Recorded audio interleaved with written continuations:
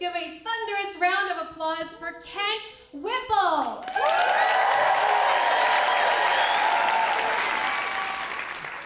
So I was on the phone with my girlfriend, Rachel, praying that my mother wasn't listening from the phone in her room. You see, Rachel was my boyfriend, Rick. But I had read an article where they said that 40% of all gay kids end up homeless. So I come from a southern white trash family, so being disowned and put on the street was a reality. So Rick became Rachel. We were living in Albuquerque, New Mexico. My parents had just gotten a divorce, and my elder siblings had all moved out, so it was just my mom and I. And she would say things. She loved the Helen Reddy song, You and Me Against the World. So she'd say, honey, it's just you and me against the world. It's just us. We got to look out for each other. And it was that way for a long time, until it wasn't. She had developed a pretty major drinking problem due to an undiagnosed mental illness. And I was having gay sex for the first time. A lot of it. With Rick. I was dickmatized. I knew I was gay at a real young age. I used to watch Lee Majors, The Bionic Man. Yeah. His burgundy velour running suit with his hairy chest right there, and his junk bouncing around every time he ran. But I had to live in shame. I had to be quiet. Nobody could know about it. My mom, Sherry, she was 5'4", maybe, 125 pounds wet, bleach blonde hair, and always had fire engine red lips. And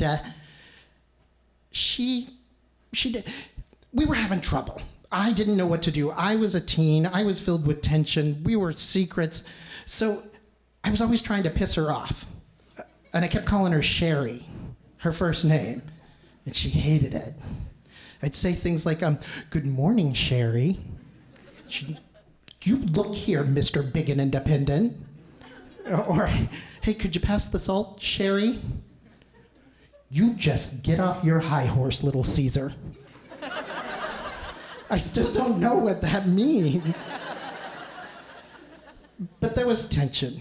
We lived in a small apartment, a 2-bedroom apartment in Albuquerque, and I don't know if it was the cramped space or if it was me secretly going out to date Rick. But things started building up. Tension started growing. I was falling in love with Rick, but I had to do it in shame. And she was falling in love with booze, and she didn't do it with shame. But every night, I'd hear her going out drinking these Midori sours until she'd pass out. And then, as soon as I thought things were getting weird, I'd go next door to a Circle K, which was right next to our apartment, where I'd call Rick, and he'd say things like, I really miss you, Tiger. Oh. Well, she started figuring things out. She decided to clean my room. She hadn't cleaned my room since I was 6 years old, but she was cleaning through my drawers and cleaning under the mattress and cleaning my closet, ironically. I don't know what she was looking for, if it was the love letters or porn, but she'd never find those. And I didn't know what to do. I was in love with Rick, but she'd needle and ask. She'd be like, oh, how's your girlfriend, Rachel? When am I going to meet Rachel? And he'd be like, oh, well, she's really sick. I always had lame excuses. Oh, she's really tired, or, oh, she works nights. But Sherry was figuring it out. She started listening to my calls from her bedroom. All of my calls, to my friends, to family members, to my dad. I could tell because I could hear her drunken breathing on the phone, or her hand go across the receiver to try to hide things. She was looking for evidence, and I was looking just as hard to make sure she couldn't find it. Well, one night, it was a freezing cold night in January, and the desert winds come in, and they can shred you. So I didn't want to get all dressed up and go to the Circle K to call Rick. And so I waited until I stopped to hear her staggering around, and I thought she'd passed out. So I picked up the phone from my room and I called Rick, and we were talking like high school gay boys. Dirty but not raunchy. You know, how we liked kissing, and how we thought each other was super cute, and how we wanted to see each other's cocks. And then all of a sudden, on the phone, boom, there's Sherry's voice. She goes, "Kent Leslie, you hang up the goddamn phone. We're going to talk about you being a fruit." I was mortified.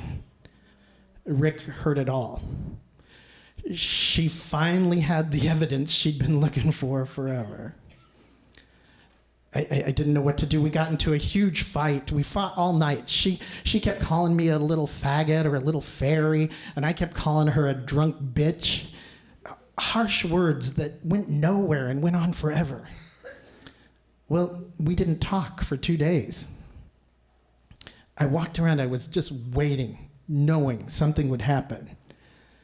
And then on the afternoon of the second day, I come home, and she's waiting, and she goes, "Get in the goddamn car.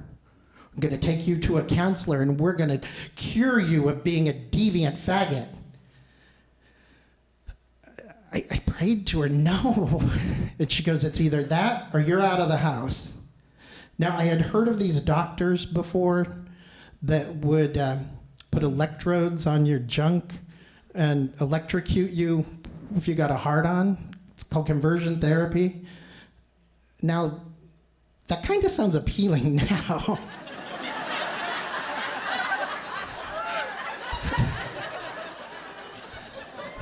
But back then, I was scared shitless.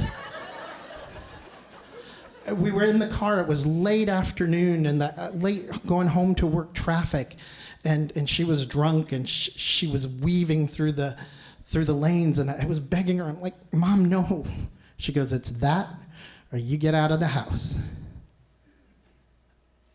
She was weaving so much that I actually was praying that we would get in a wreck, but we didn't. So we got to the counselors. It was, his office was like this 1970s thing, aspen paneling and Boston ferns, and smelled like corn nuts. And the counselor, he was a pretty nice guy. He was in his 50s, looked like a bald Alan Alda. And he just sat there for 2 hours, taking notes, nodding his head, looking around. No electrodes, just lots of questions. Well, after we were done, he told me to go wait in the lobby, and he asked to see Sherry and asked her to come in. So she went in, and I sat there for 15 excruciatingly long minutes. I didn't know what was going to happen. Then all of a sudden, Sherry burst through his door. Her face was as red as her lips. She was furious. She goes, "Get in the car. This guy's a quack. Maybe he's a fruit too." And I said, "What's going on?" Well, apparently, the doctor said that I was doing very well adjusting to my sexual orientation under the circumstances.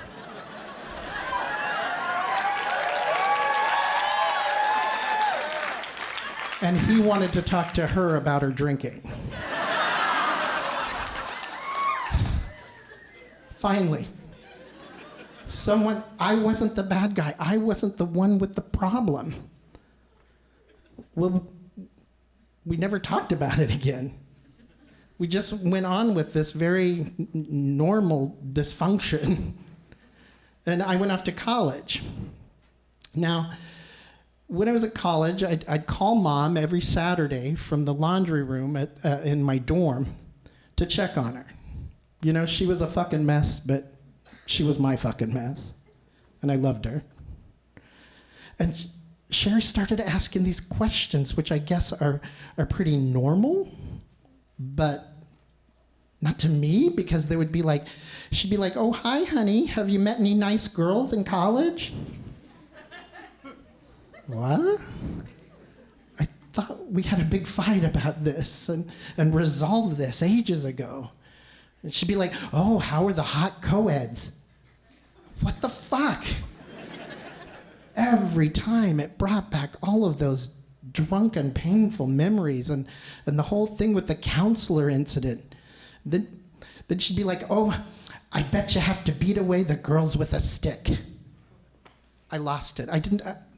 I stopped calling. I actually, at that moment, I looked around the laundry room for a camera as this were some weird, sick joke and I was being recorded because I thought we had this all figured out. So just when I was developing stability in my life and figuring out who I was as a gay dude, she had to fucking wreck it again. When I got home from college, it was late December. It was Christmas break, and it was dark and cold, and so was I. And I walked into the room, into that apartment, and I see Sherry get up. She had a drink in her hand. She got up, knocked over a lamp, and said, "Well, there's my lady killer." I lost it. I looked at her and I said, "Listen, I'm a queer, a faggot, a homo, a cocksucker. All your words, not mine." Then I went to my bedroom and I slammed the door.